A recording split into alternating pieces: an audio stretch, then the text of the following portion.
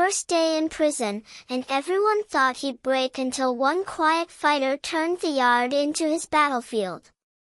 "Man, you don't even know what's coming," Byron muttered under his breath as the heavy steel doors slammed shut behind him, echoing through the grimy hallway like a death knell.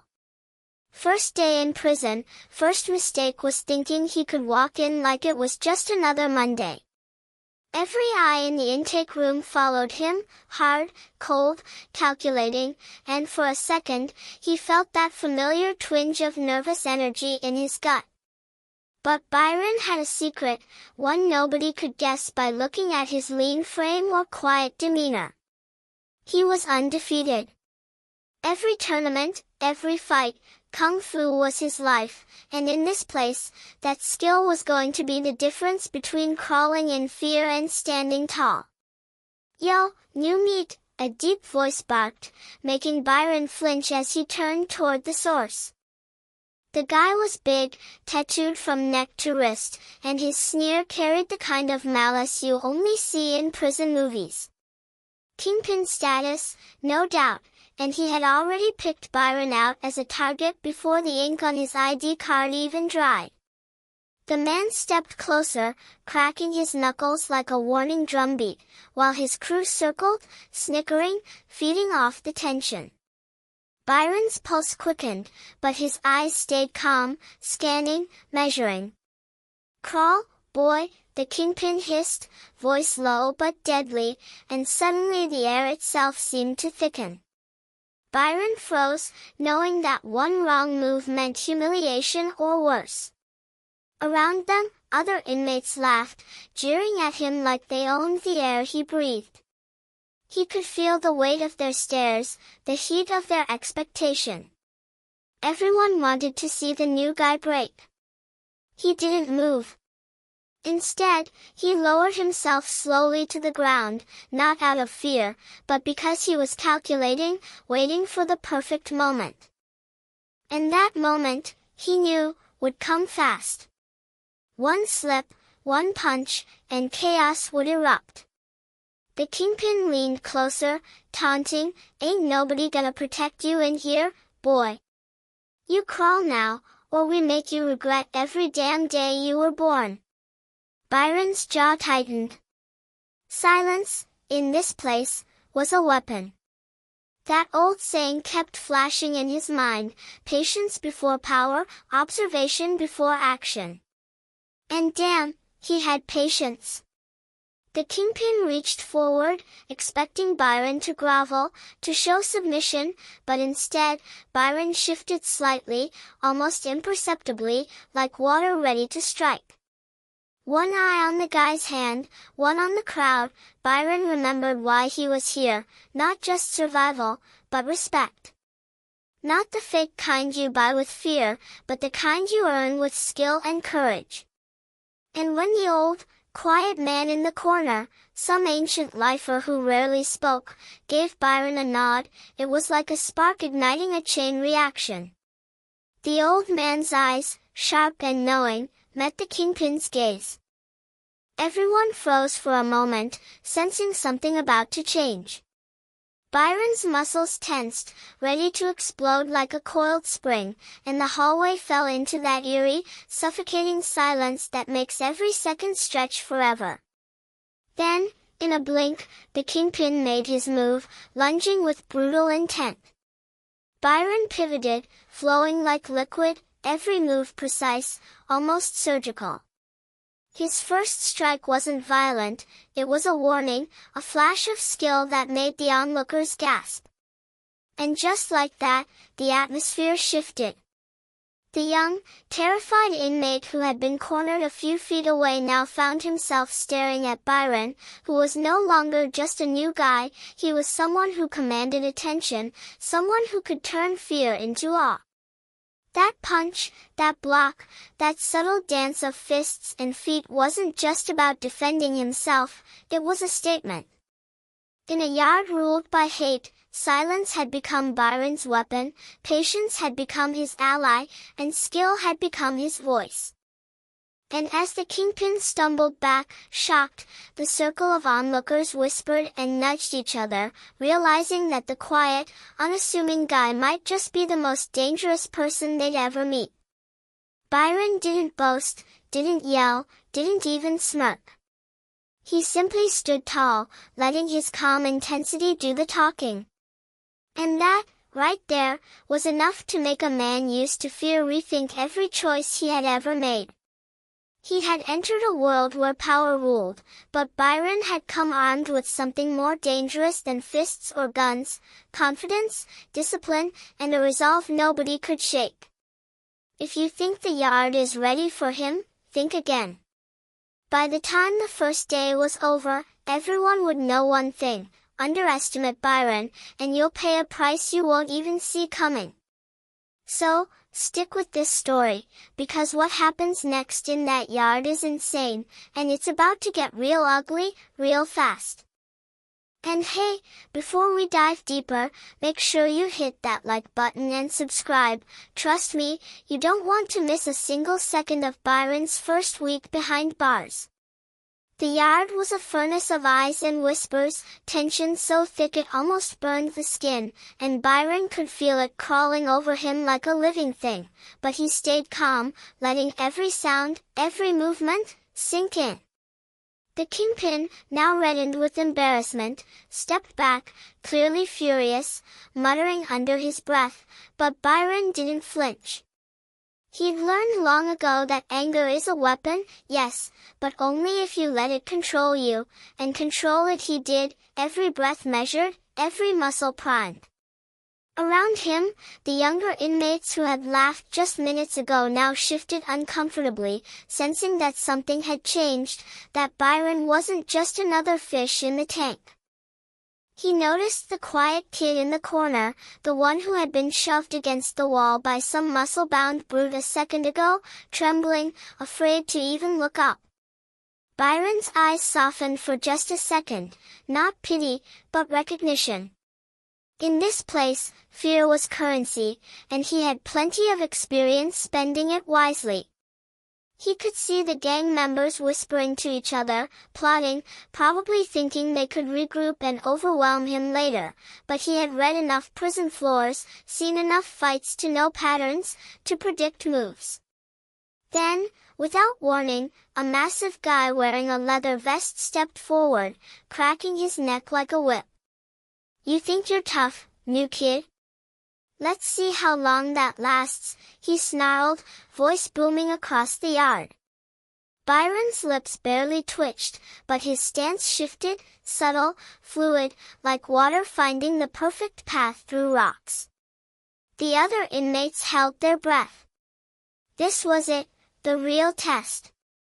The man lunged, swinging hard and fast, aiming to humiliate the quiet fighter before he could show what he was capable of. Byron sidestepped, his motion almost imperceptible, letting the man's momentum carry him forward. Then, with a controlled flick of his foot, Byron redirected the attack, sending the man sprawling forward onto the hard concrete. Stunned, his confidence shattered. A ripple went through the crowd, murmurs, gasps, the crack of disbelief. No one expected this. Not on the first day. Not the new guy. And yet, here he was, standing there, calm, unshaken, eyes scanning for the next threat. That's when the yard kingpin, still fuming, made a decision. He wasn't going to let Byron embarrass him in front of everyone. He barked out orders, summoning two of his biggest goons, the kind of guys whose size alone could crush most men. Byron's jaw tightened. He could feel the weight of dozens of eyes pressing down, watching, waiting to see who would break first. The first goon lunged, fists swinging like wrecking balls, but Byron moved with precision, every step a calculated dance, every strike measured, not even breaking a sweat. He deflected, dodged, countered, and with a sharp kick, sent the first attacker tumbling into the dirt. The second came at him faster, angrier, fueled by embarrassment and rage, but Byron was ready. His eyes narrowed, mind sharp, and in one fluid motion, he ducked, spun, and delivered a strike that made the man stumble back, clutching his ribs. The yard erupted, shouts, cheers, disbelief. For the first time, the inmates weren't just watching a fight, they were witnessing something extraordinary. Byron's silence, his focus, his unshakable calm, had transformed fear into respect. Even the kingpin's eyes widened, a flash of unease crossing his face, realizing that the new kid might just be untouchable. The quiet old lifer who had given Byron the nod earlier smiled faintly, and Byron allowed himself the tiniest grin. It wasn't arrogance, it was acknowledgement of what he already knew. Skill speaks louder than threats, and integrity carries weight even in a place where morality is rare. The young kid from before, trembling in the corner, now looked at Byron with awe, a spark of hope in his eyes that hadn't been there before. Byron gave him a subtle nod, a silent message: survive, observe, and someday, you'll have your moment too. And just like that, the yard had shifted. The inmates who had thought they could intimidate him now whispered, eyes darting, calculating, weighing whether to test him again or retreat. Byron didn't give them the satisfaction of noticing the change. He simply walked through the yard, steady, unbroken, every movement deliberate, a calm storm that left everyone guessing. The kingpin, now seething, motioned to more of his crew, but the damage was done. Byron had made his presence known, not through yelling, not through boasting, but through skill, patience, and quiet authority. And as the guards blew the whistle, signaling the end of yard time, Byron knew this was just the beginning. His first day had proven one thing: in a world ruled by fear, the quiet, disciplined fighter could turn the tide. If you think this story stops here, think again. Byron's journey has only begun, and the battles ahead are going to get even more intense. So stay tuned, because what happens next will blow your mind, and you'll want to witness every single move, every single reaction, every single twist in this wild ride. And while you're at it, hit that subscribe button if you haven't already, because Byron's story is the kind you'll be talking about for days. By the time night fell, the prison yard had already whispered Byron's name like some legend in the making, but the real storm hadn't even started. He returned to his cell, muscles still humming from the adrenaline, mind running through every move he'd made, analyzing, perfecting, planning. Word travels fast in a place like this, and by the time he lay down on the thin mattress, the whispers had reached every corner of the block. The kingpin, humiliated and simmering, wasn't the type to forget an insult or a loss, and Byron knew the real test was yet to come. That night, a heavy knock on his cell door jolted him upright. Two guards, stone-faced, motioned him to follow, and Byron complied, calm, collected, heart steady. Down the dimly lit corridor, the kingpin waited, flanked by his biggest hitters, eyes blazing with a mix of rage and fear. "You think today made you untouchable?" the kingpin growled, pacing like a caged animal. Byron met his gaze evenly, saying nothing, letting silence do the talking.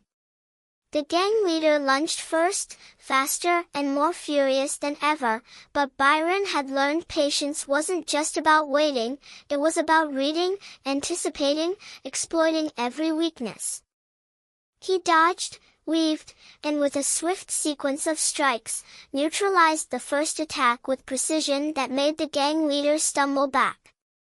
Shock flashed across the room like lightning, but Byron didn't pause, flowing from one movement to the next, turning the kingpin's aggression against him, redirecting energy, using every ounce of skill he had honed over years. One by one, the other attackers fell or scrambled back, unable to match Byron's speed and control. The room was silent except for heavy breathing, the tension so thick it could be sliced with a knife. And then Byron did something unexpected. He stopped. He stood still, letting the kingpin recover, letting him realize the futility of brute force alone. "This is your choice," Byron said calmly, voice low but steady. "You can walk away now, or you can keep trying and make it worse for yourself." There was no threat, no arrogance, just truth, and in that moment, everyone understood. Byron wasn't just fighting, he was teaching a lesson, one that hit harder than any punch could. The kingpin's fists twitched, but slowly, grudgingly, he stepped back, signaling his men to do the same. Byron didn't move a muscle, letting the surrender sink in. Wordlessly, he turned, walking back to his cell with the quiet authority of someone who had earned respect, not demanded it. By the time the next morning rolled around, the yard was different. Byron's calm, disciplined dominance had reshaped the pecking order. Even the young kid he'd silently protected the day before now walked taller, eyes brighter, filled with hope that survival was possible. Byron had changed the narrative, not just for himself, but for everyone who had witnessed it. Prison wasn't just a place of fear, it was a proving ground, and Byron had proven that courage, skill, and patience could topple even the most feared kingpin. And just like that, the quiet fighter became a symbol of balance in chaos, a reminder that real strength isn't measured in volume or intimidation, it's measured in control, precision, and the ability to act when the moment is right. The kingpin, still nursing bruised ego and aching pride, avoided Byron's eyes, a silent acknowledgement of defeat, and for the first time in years, he felt the power of humility. Byron didn't gloat, didn't celebrate, didn't even smile. He simply moved through the prison with a quiet confidence, letting every action, every movement speak louder than words ever could. Days passed, and stories of his skill and composure spread beyond the yard, reaching cells he hadn't even seen, whispers of the undefeated kung fu champion who didn't need to shout to command respect. The young inmates now had a mentor in the form of Byron, someone who had shown them that fear can be faced, that standing up doesn't always mean confrontation, and that sometimes, silence and discipline are the most powerful weapons of all. And as Byron lay back in his cell that night, watching the dim light flicker across the concrete walls, he allowed himself a moment of quiet satisfaction. Justice, in its own strange, unexpected form, had been served. No one got hurt unnecessarily, no one humiliated beyond recovery, and yet every lesson had been learned. The yard was safe, not perfect, but safer, more balanced, because someone had chosen integrity over chaos, skill over fear. And that, more than any victory, mattered. So, if you've ever felt underestimated, bullied, or powerless, remember Byron's story. Stay calm, stay patient, sharpen your skills, and never underestimate what one determined person can do in the face of overwhelming odds. Hit that like button, subscribe, and share your thoughts in the comments. Have you ever had a moment where standing your ground changed everything? Byron's story proves that sometimes, the quiet ones pack the hardest punch, and the most satisfying victories are the ones earned with wisdom and courage.